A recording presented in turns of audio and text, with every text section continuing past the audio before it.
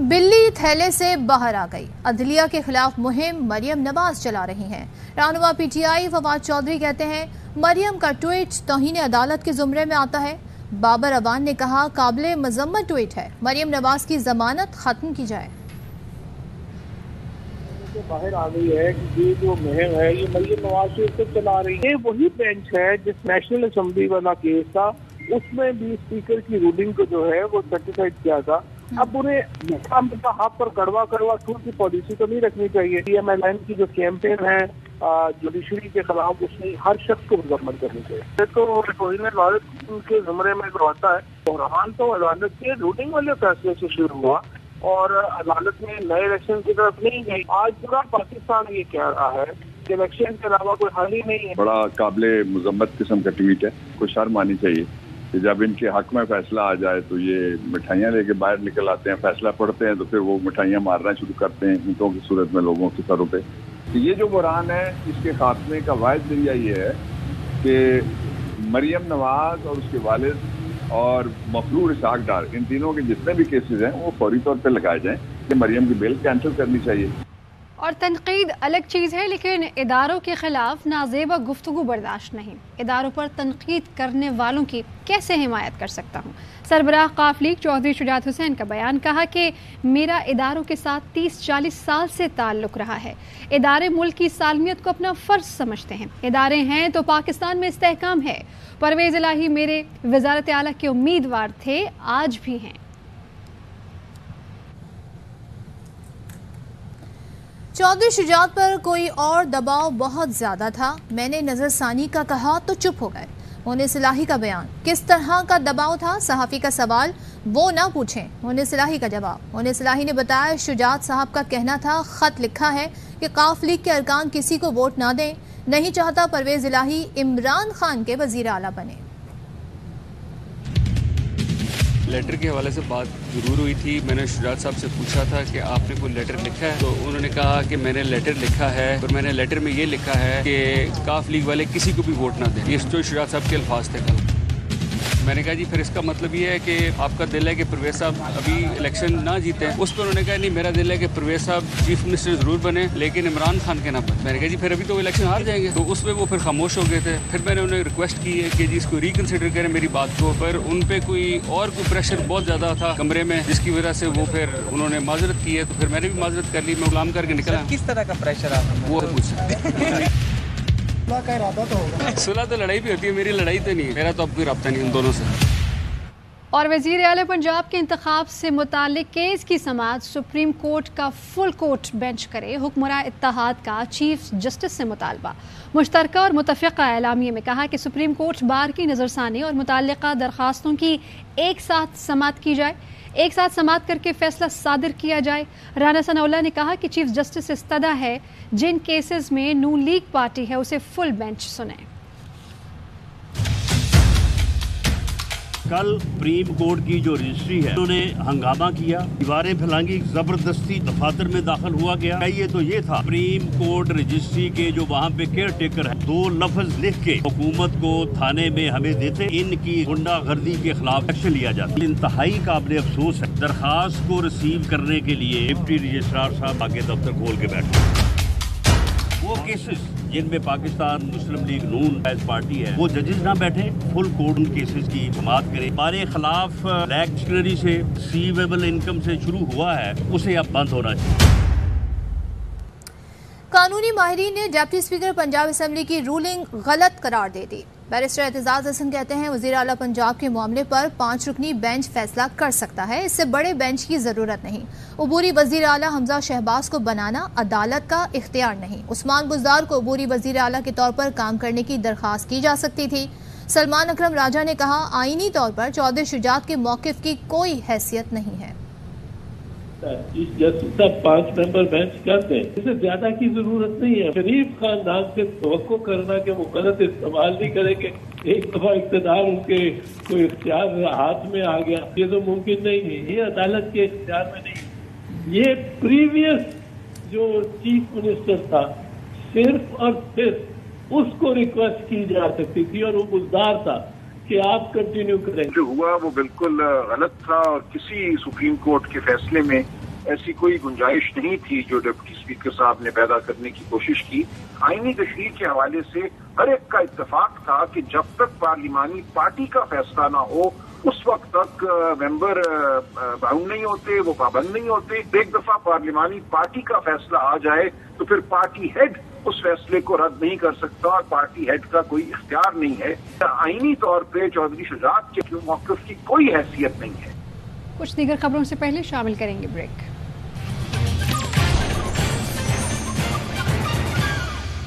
Welcome back. Tehreek Insaf کے chairman Imran Khan کا tweet لکھتے ہیں صرف 3 ماہ میں زرداری اور شریف مافیا ملک کو سیاسی اور معاشی طور پر گھٹنوں پر لے آیا. یہ مافیا 30 سال سے اپنی لوٹی ہوئی دولت بچانے کے لیے ملک کو تباہ کر رہا ہے. سوال یہ ہے کہ کب تک ریاستی ادارے اس بات کی اجازت دیتے رہیں گے. عوام کا حقیقی آزادی کی کال پر رد عمل شاندار رہا. پاکستانی عوام اس مافیا کو مزید لوٹ مار کی اجازت نہیں دیں گے. ہم سری لنکا جیسی موومنٹ سے دور نہیں جب لوگ سڑکوں پر نکل آئیں گے.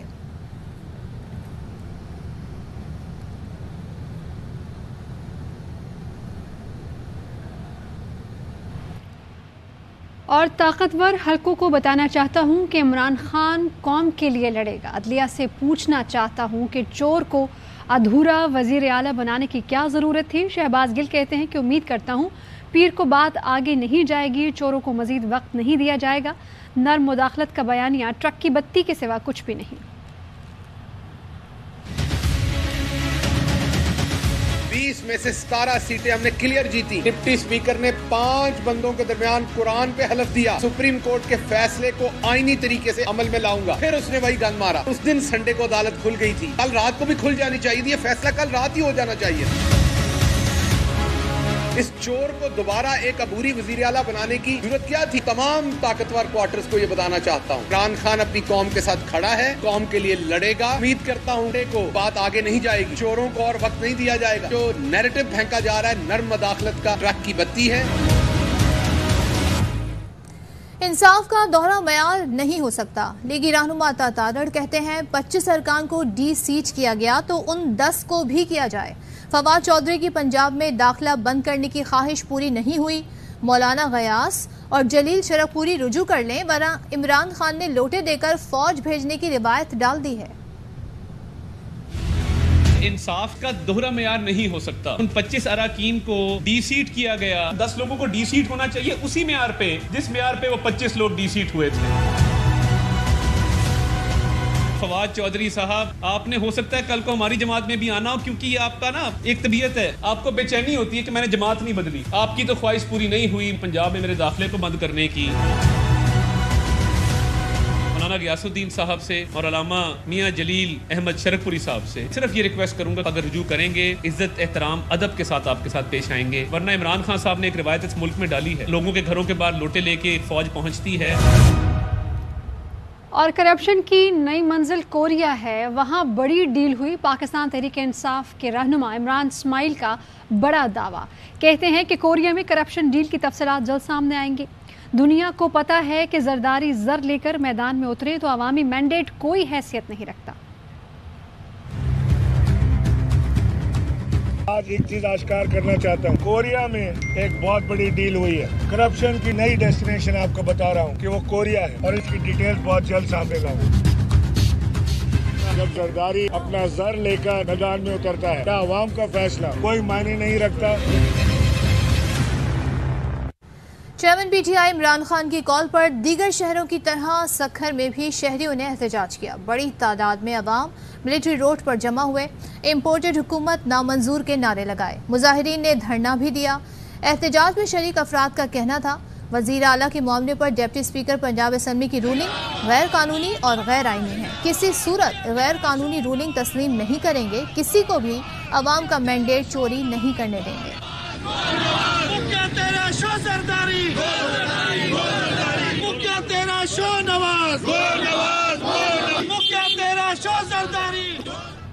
اور موجودہ سیاسی صورتحال پر لندن میں موجود نون لیگ کے قائد نواز شریف سخت ناراض. چند قریبی رہنماؤں سے اپنی ناراضی کا اظہار کر دیا. ذرائع کا کہنا ہے کہ نواز شریف سمجھتے ہیں اتحادیوں اور چند پارٹی رہنماؤں کی وجہ سے نون لیگ مشکل میں پھنسی.